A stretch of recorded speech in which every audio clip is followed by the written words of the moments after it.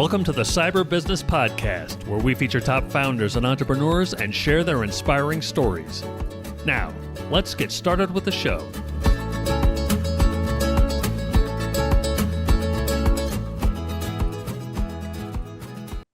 Matthew Connor here, host of the Cyber Business Podcast. Today we're joined by Amit Basu, CIO and CISO at International Seaways. Amit, welcome to the show. Thank you, Matthew, and it's my pleasure to be here. Well, it's a pleasure having you. Before we get too far in, a quick word from our sponsors. Hackers are getting smarter. Is your security keeping up? Cyberlink sells industry-leading, AI-powered cybersecurity solutions that detect threats in real time, so you know about an attack before the damage is done, not after. Learn more at cyberlinks.com. That's cyber, L-Y-N-X.com. And now back to our show. Amit, for those who aren't familiar, can you tell us about International Seaways and your role there as CIO and CISO?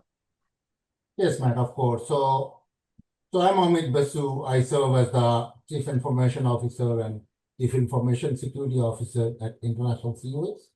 International Seaways is one of the world's largest publicly traded tanker companies, headquartered in New York Stock Exchange, listed under New York Stock Exchange and headquartered in New York City. And it is, as I said, it is a ocean transportation company, or to be more precise, this is a maritime energy transportation company. The company owns and operates 75 large ocean-going tankers that carries crude oil and petroleum products across the major routes globally. And me being their Chief Information Officer and Chief Information Security Officer, I'm responsible for the digital infrastructure and the cybersecurity that supports the International Seaways operations, both on the shore as across our fleets at sea. See, I'm doing it for a quite long time, but in the recent years, much of my focus has been on strengthening the cyber resilience across the highly distributed environments that our company has, including our shipboard operational system, satellite connectivity, and the broader supply chain that supports the global energy logistics. We are also, like most of the other organizations, beginning to incorporate AI in our operations, business processes, as well as cybersecurity practices, both to improve the more efficient processes, smarter decision-making, and improve our threat detection. Well, that's fantastic. And I suppose the timing couldn't be better for us to have gotten you on the show. I mean, as it stands, it's the 27th of March. The conflict in the Middle East has been going for a few weeks now, and I'm curious.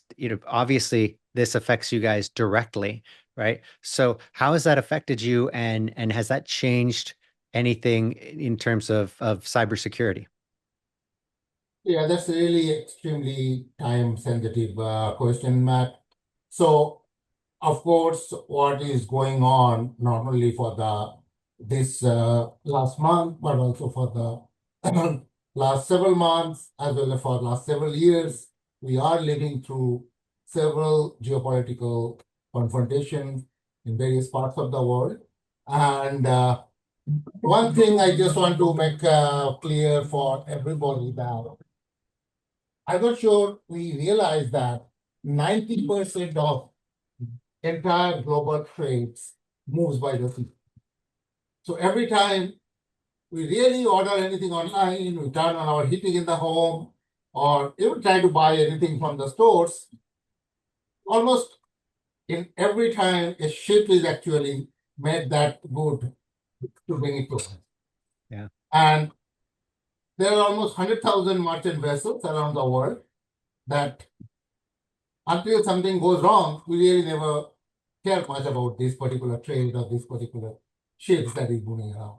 And whenever this such a global tension happens, for some reason, the maritime trade gets affected, be it for a geopolitical tension, sometimes because of a bad weather or something went wrong in the Suez Canal, then we suddenly see a sticker shock in those goods that we buy. Suddenly we find the gas prices in the gas stations have doubled or sometimes more than that.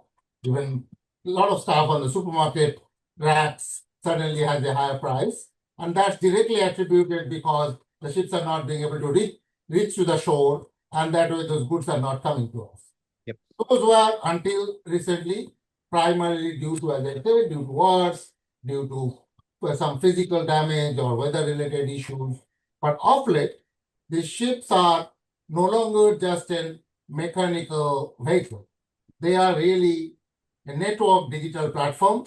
They're dependent on satellite communications, automated navigation, remote diagnostics of their machinery on board. We have cloud-connected operational systems on board. So it is no longer an isolated operational environment. It has become a connected, almost like a connected to the corporate network, port systems, logistic platforms, their global suppliers. So it is an interconnected platform, but that also makes these ships and potential lucrative target for the cyber threats. And then you also remember that on the ships, even though I'm talking about so many digital connectivity today, there is not much IT expertise on board. A big, large ocean-going tanker is run by 15 to 20 people. They are completely specialized in how to run those ships. They are not really IT experts. Forget about cybersecurity. So for the bad people who are trying to target them, they're really sitting duck kind of a target. And in this kind of a geopolitical situation, that those guys also have started realizing that the ships can be a easy target, especially when your confrontation is in a busy area like the Hormuz Strait, where 30% of the world's oil passes through. It's if I can, one hand I am putting some military efforts to stop the ships. Other hand, it can be even simpler to try to disable those ships' navigational equipment or try to compromise their satellite communication or as simple as spoof their GPS so they cannot move around. They have to stop them. So definitely coming back to your question, yes, for the last several years, cyber threats to the ship is increasing year after year. But what we are seeing maybe from the last year's Middle East confrontation to this what's happening last month, this is really at a much heightened level at this point. Yeah. So, I mean, yeah, that's got to be quite a challenge. And then I'm assuming that you're starting to leverage AI to help you in that fight as well. That's a very interesting question, Matt, because as we all know that we are living in the age of AI. Every company are trying to get some benefit out of the AI, but at the same time, we all know that this is a transformational technology, but it's a new technology. It is still not matured yet, it is maturing. And also we understand all the risks that comes together with the opportunities. The risks of having my data gets infiltrated to the bad guys, the risk of having AI giving me wrong or biased decisions. A lot of other issues also, a user, the kind of a human fear factor. So like any other good governance companies, we are also trying to first create a good AI governance around the usage of the governance. We do not want to jump into AI and tomorrow get burned by something catastrophic because of the technology did not work as expected. So we have to have a good guardrails, good governance practice, good human supervision around it. So we are doing parallelly both. One hand, yes, we are innovating with the AI. We are seeing how can we better catch those threats faster. How can we do any behavior-based anomaly detection? How can we catch those more sophisticated malwares using AI? But at the same time, we are also putting a little bit of a break to make sure that those things are well tested, those things are well governed, well policies around there to make the usage safe and secure. Whereas bad guys have no such problems. They are really using AI to the fullest extent at this point and trying to attack all of us, not only us as a maritime company, all company ruthlessly. See, you have seen the new phishing attacks, new social engineering attacks. In the age of AI, they have really become extremely difficult to detect and catch. We are getting video calls from the CEO telling me to do something. Who can deny that on a video call or even an audio call? But I'm clearly recognizing his or her voice and he's telling me to do something. How can I not do that? Yeah. Okay. So that kind of challenge, especially think of that in our context then. In the middle of the ocean on a ship, those crew, where the hierarchical feeling is almost like an army kind of feeling. There, if they get a call from the CEO of the company and tells them to do something or take the ship to somewhere else, they will most likely will follow it. Yeah. No. So this is getting more challenging, really. How do we counter that with those AI-based attacks? The malware, we are getting such a sophisticated malwares now. Even the most advanced antivirus or XDR solutions are not being able to catch it. We need some new age solutions to catch them. So yes, AI is something we cannot ignore. We have to use AI to counter against those sophisticated cyber threats, cyber attackers, AI-based attacks. But at the same time, I still will put it like a grain of salt that we have to be careful also. We are kind of the responsible users of the site. We cannot be reckless with AI. Yeah, no, I totally agree, and I think that's you're spot on because you there are so many new products coming out that are just AI, and it's just them slapping either building it on top of an LLM or slapping an LLM on top of an existing security product and saying it's now AI powered, and I think that introduces more problems than it solves.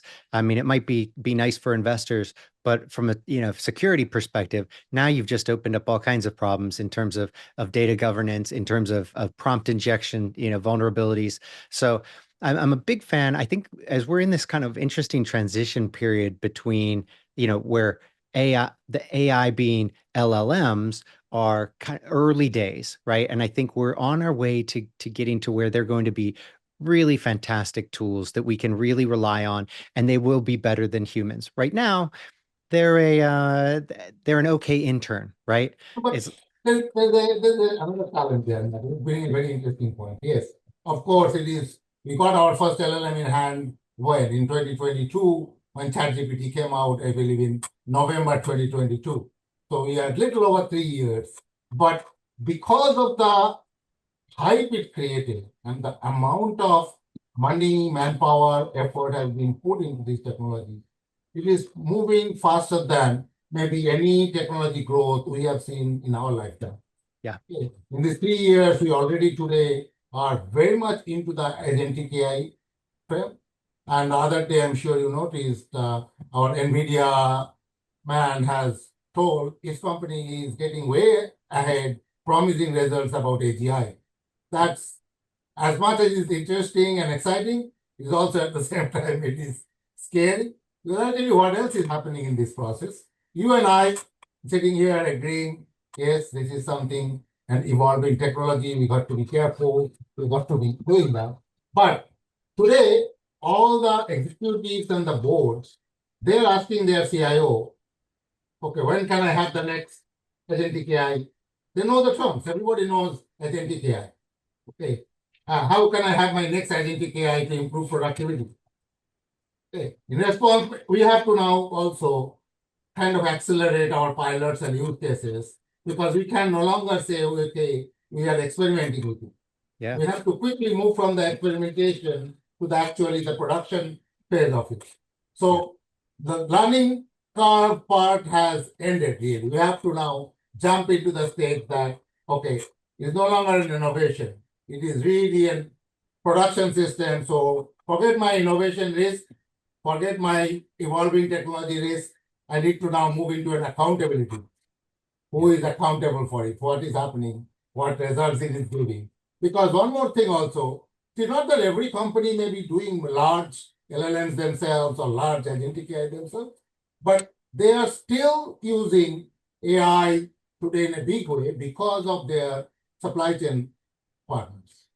So the third party, the power, they are most of the bigger organization. If I use a payroll vendor, if I have a ERP, if I have an ERP vendor, simple like not with the banks of the organization, my insurance company, my any professional services that we use, lawyer, legal firms we use, they are all using it. They all are using AI.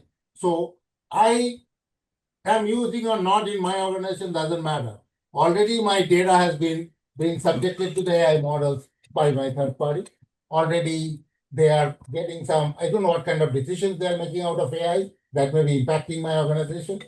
So I better look for go back to the contracts I have with my third party vendors and go back and see, am I covered in any of those areas? Most likely not.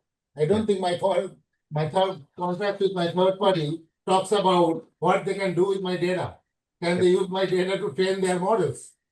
Can they use my data to share with their third party to do some work?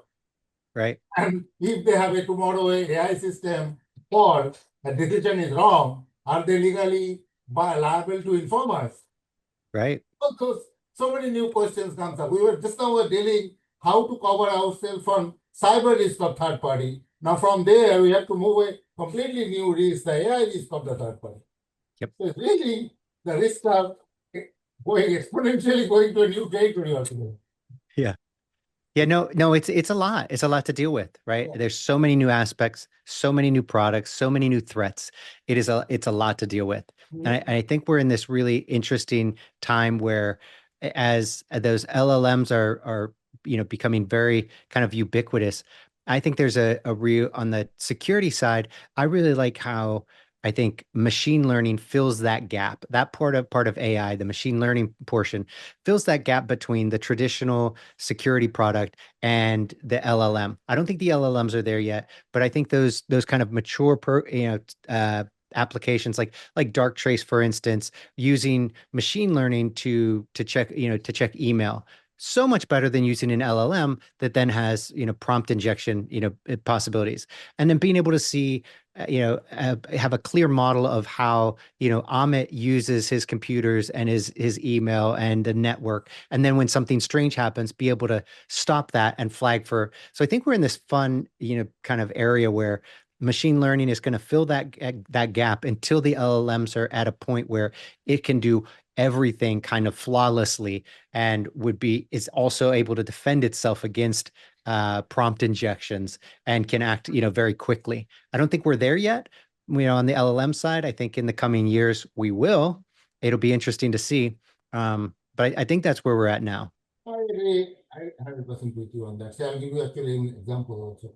So in our industry, coming back to our ship, there was a huge risk area or a gap existed. As I said, there are no IT presence on board ships, and there are enough systems now, both IT systems, OT systems, and we allow our crew to bring in their own devices, and they all connect to the same pipe to the internet. We use the Starlink pipe now, which is quite large. A lot of things can be done, downloaded.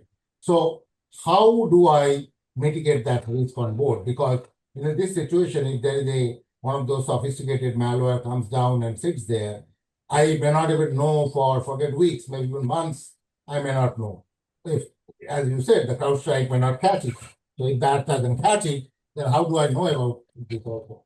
So in a situation like this, you named a tool. I will not name a tool. There are many times specific tools which does that, the machine learning based thing. What it does is it installs itself on board ships. It creates a baseline behavior of the ship network. What kind of traffic encounters both east to west and north south. And then once it has a decent baseline over a few months, then it starts monitoring the traffic real time. So if there is any anomalous traffic on board the ships, then it immediately alerts the SOC to hey, something going on, this kind of things is observed, so that somebody can then remotely log in quickly and take care of the situation, whether it's a false alert or the real alert. And while you said is absolutely right, it's the machine learning that is doing it, because it's over time learning that, okay, what is my regular behavior versus what is the abnormal behavior. Yeah. That may be one of the best use case of user behavior analysis or network behavior analysis in our industry. Yeah. No, and I think that kind of fills the gap and it'll be really interesting to see because I think It's really funny if you've been in a self-driving car recently. I think it's very similar. Where we are with AI is where we are with self-driving cars, Mhm. right? The self-driving cars used to be scary, and it was like a drunk toddler driving you around. Then it became better and better, and now it's like a decent teenager. I trust him, but Quite only but good, so quite much. good, I have to say. I have the good or bad fortune of sitting on those few recent ones, the newer ones, and decent. They're quite decent.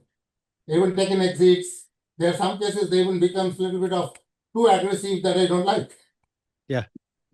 Yep. They may be learning that also. And say I'm in the New York metro area. So here, I think from the local traffic, they are learning that, okay, I can be, the car is in front of me, is not going fast enough. So I move the lane, suddenly zoom, and then come back. Yep. Respecting those kind of things. Yeah. I'm sure that was not taught to it in his lab. That thing the car has learned, as we Yep. have seen in New York area, other cars doing that. Yeah. No, 100%. And it's wild because we go to New York pretty frequently, and we'll often drive up from because we're in DC, and we take a Tesla, and it's amazing how far it's come when it comes to like navigating New York streets, and you changing the mode to kind of match the New York driving. It's just fascinating to see how far it's come. And I But think, think about LLM also. See, think about the chat GPT that we had in 2023, even yeah, 24. And today, if you look something like a Claude, yep, okay, it's like your trusted assistant sitting right next to you, ready to do any help it can provide you. I can't yeah. even I cannot do, I forgot how can I live my day without it. Oh, I know. It's incredible how quickly we've become dependent on it. Sure, it's not perfect yet, but boy, does it speed things along. I mean, when it's right, it's fantastic. I mean, it's Simple things like I have to write something in an email or something, I have the idea in mind, I can tell it can give me my first draft. It saved me at least 10 minutes of typing. yeah.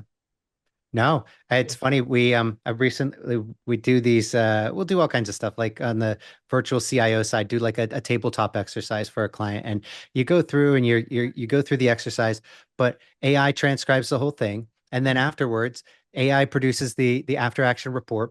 It's all beautiful, all done. That's hours of work that is Exactly. just did in minutes. Simple meeting minutes Minutes. was it.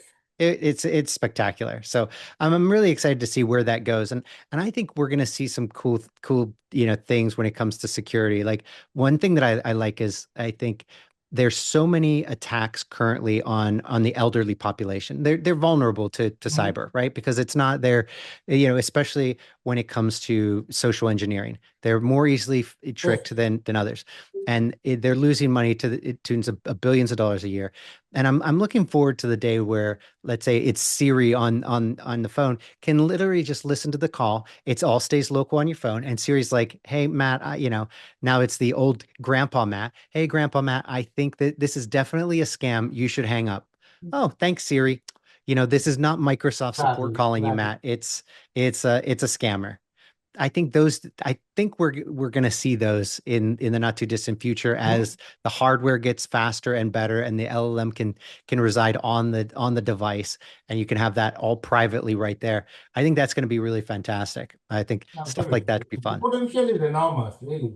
When you can think of every area of our life, you can think of a use case where it can make ourselves better. Now, how we take advantage of that and make ourselves better, that's the thing to see. Like everybody talks about the job loss thing, which is evident. It's going to happen. We know that.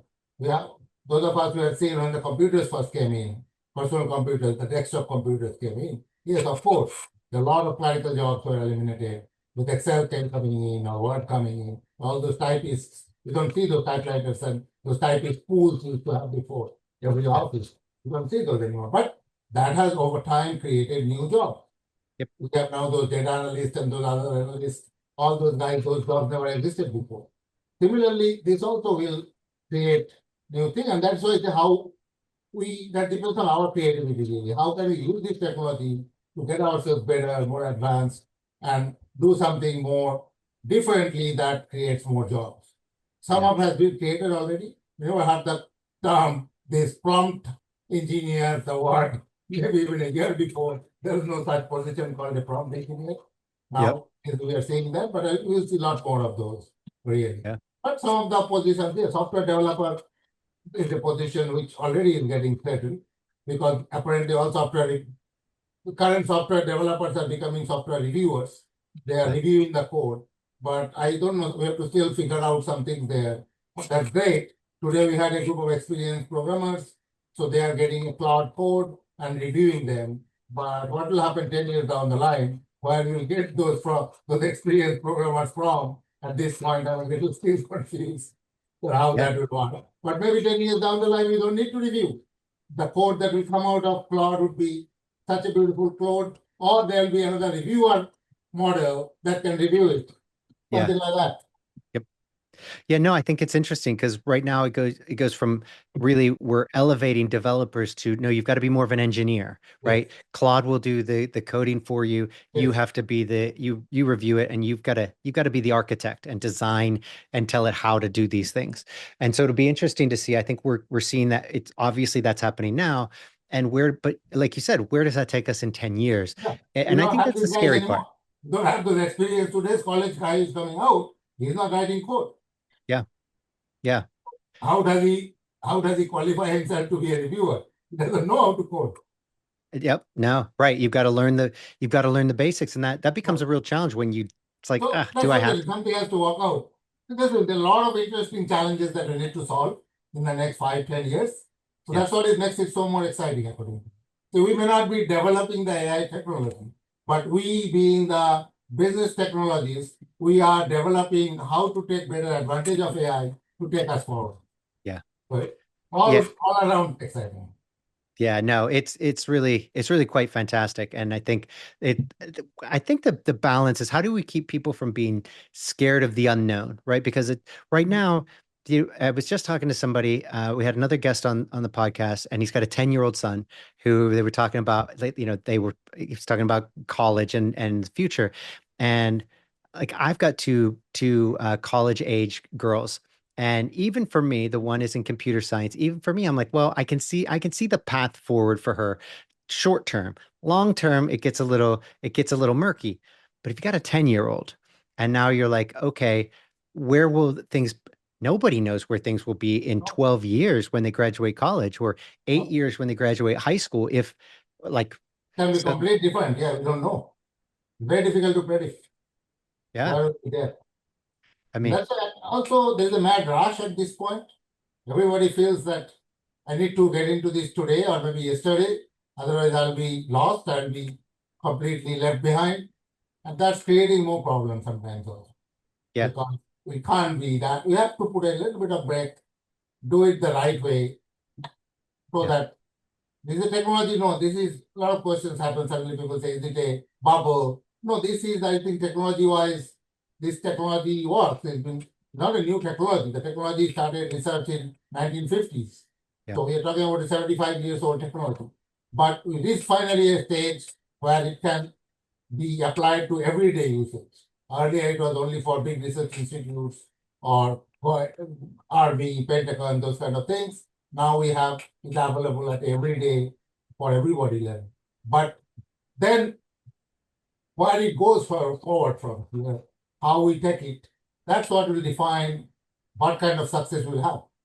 As you said, if every company starts puts a .ai in the back of it and tell your coffee maker will want make the morning coffee using AI, then some of those companies will fail.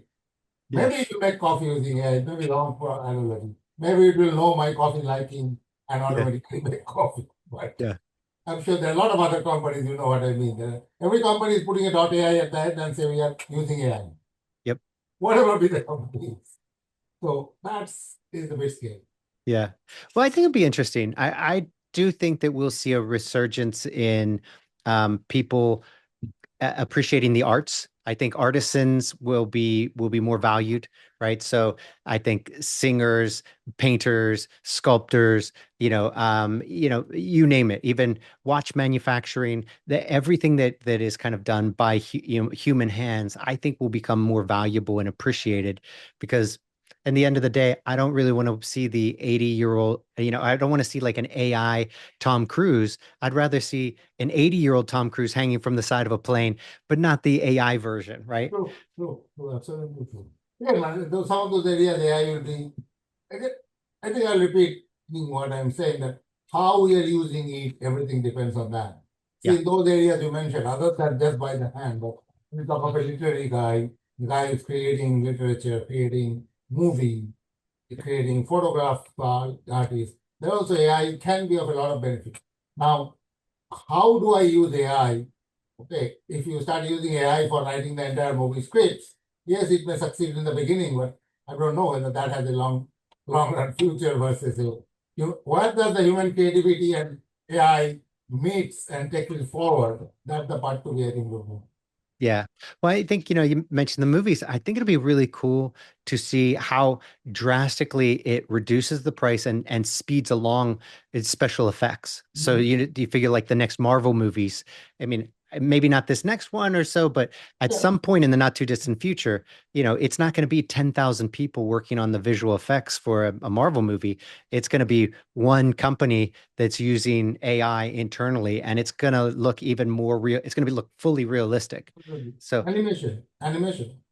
yep, the anime, It has yeah, it's already come a long day. When I was really amazed, first time when I still remember when I visited, I think the Orlando, the Disney theater. So they had the demo originally how Walt Disney created those animated movies, where literally every frame he painted, and then that thing was moving first enough to be captured as a movie. Okay. So from there, we have come now, at least that is happening by computers, but then AI can take that to maybe a completely different level altogether. yeah, it's exciting times. I mean, I think we are living in the most exciting and best time, in human history. And so, while some people might be worried because we can't clearly see where things go, I think you might as well enjoy today, because today is kind of the best day that we've had as a species to this point. I mean, Yeah. we've never lived so comfortably. We've never had so much, technology, so much power, so much wealth. It's a It good has to time. be just one of those another industrial revolution, really, which will change every way we live entirely, how we do our things, how do we live, how do we work. It's like the electricity did, or I think somebody made a statement, I think, I forgot now, it may be Sundar Pichai who made it, that AI to human life may have a bigger impact than fire and electricity made it to them. Yeah, totally agree. I think I think we'll see. I think that will play out to be true. Yeah. Um, well, That's a huge statement here. We think with on the outside, that's a huge statement, but yeah, it is very possible. oh, absolutely. I mean, Very it's gonna possible. change everything. Yeah. I mean, we may see people living, 100 more years. We cure cancer, cure aging, cure, disease. Yeah, Uh, think of those genome analysis or the DNA analysis, which even current computers struggle with AI that can be definitely fastened up, and yeah, that's a really yeah, no, fascinating thing. Yes. totally agree. It's a fascinating time, and we're lucky to be alive. Yeah, Um, again, yeah, absolutely true. Coming back, though, I will still will share with a lot of people who have that share of the fear of losing their job, or how do we, especially the younger people who are starting their career. I may have reached toward the end of my career, so I'm being more excited than fearful. But the younger people are maybe a little bit more fearful. But they all need to learn it. Whatever is the matter, there's not a choice. I need to be AI savvy, whoever I am. Just like earlier, we used to say people need to learn computers. Maybe 20, 30, 40 years back, they said you need to learn how to use a personal computer. But today, like that, you need to know how to use what is AI, how it can help you. You know, whatever you do, AI can help. So yeah, how can you take the advantage of it and get better? yep, If you don't, there is a common phrase saying keeps on moving around that I'm not sure whether AI will take my job, but another person who knows AI will surely take my job if I don't learn. yeah. I think that is 100% true, and great advice for everybody who may be worried about it or fighting, against the change. I know it's difficult. But again, what you said also, the human intelligence will not die. Human intelligence has created the artificial intelligence.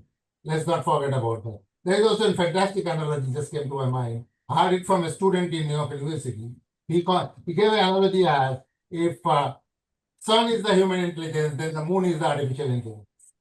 So without the sun, there is no moon. Yep. I thought it's a fantastic analogy. Yep. No, I think that's perfect. Yeah. Yeah. Awesome. Amit, I can't thank you enough for coming on the show today. I think this has been a fantastic conversation. But before we go, can you tell everybody where they can find out more about you and where they can find out more about International Seaways? Absolutely. So International Seaways, first to start with, as I said before, we are a public company listed on the New York Stock Exchange under the ticker symbol INSW. So on the public websites everywhere, you'll find enough information about the company, and of course on the company website www.intlcs.com.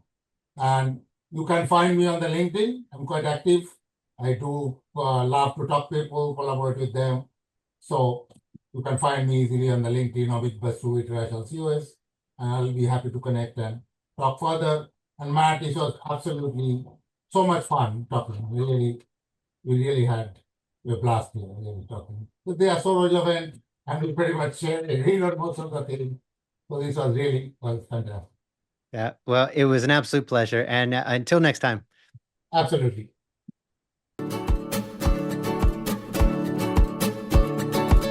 Thanks for listening to the Cyber Business Podcast. We'll see you again next time, and be sure to click subscribe to get future episodes.